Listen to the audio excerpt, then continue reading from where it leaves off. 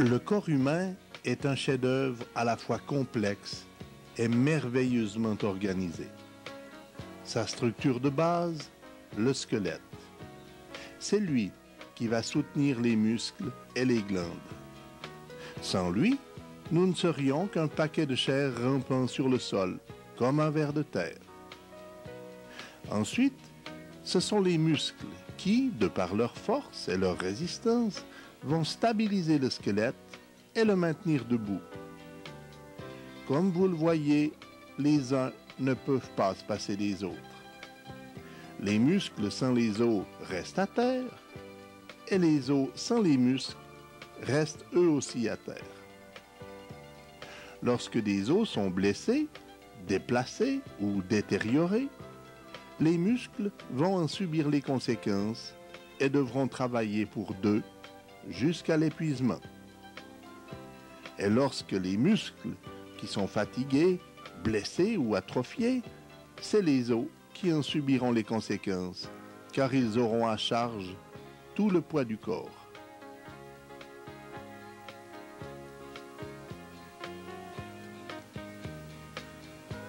Et c'est là que la massothérapie devient un atout nécessaire pour renforcer un organisme épuisé. Lorsqu'on fait des efforts, les muscles consomment des glucides ou des sucres si vous préférez.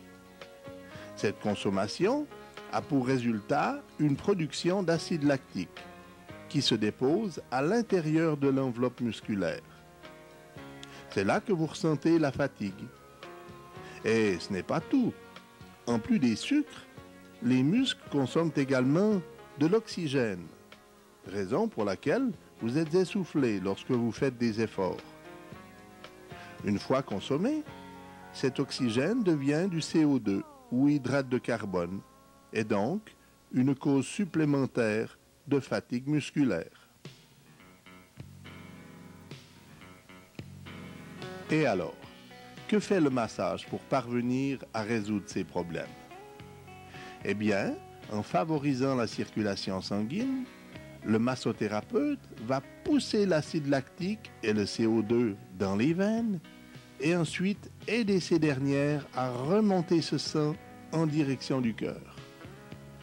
Résultat, ce travail, pour lequel il faudrait au cœur 10 heures de sommeil afin de le réaliser, eh bien le massothérapeute y parviendra en 1 heure à peine, et sans pour cela que le cœur ait eu le moindre effort supplémentaire à fournir.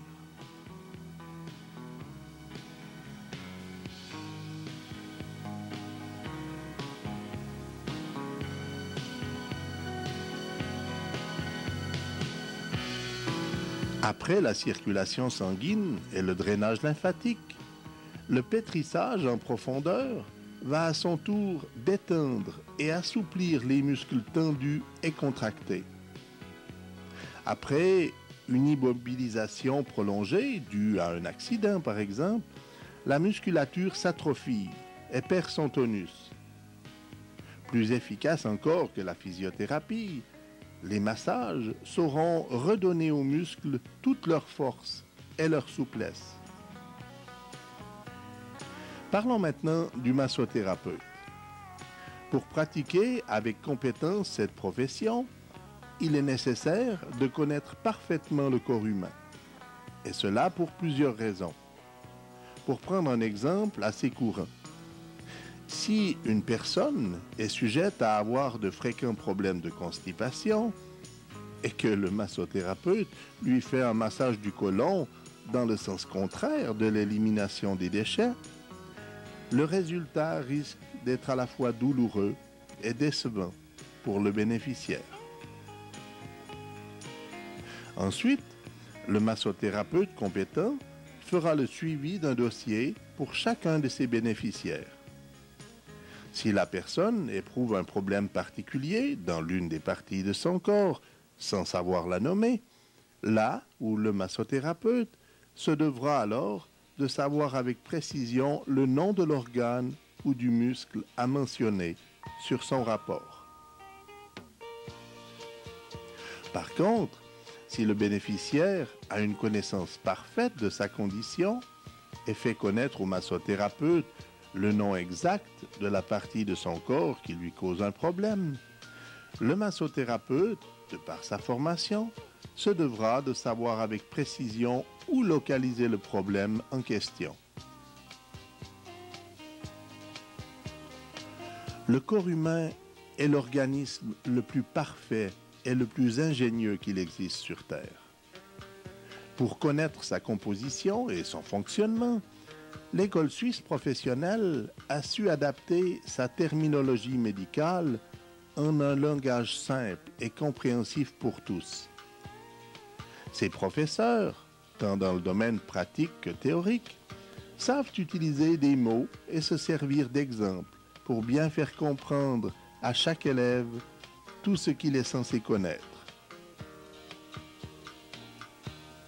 En ce qui concerne la pratique, certaines personnes n'auront aucune difficulté à apprendre les mouvements.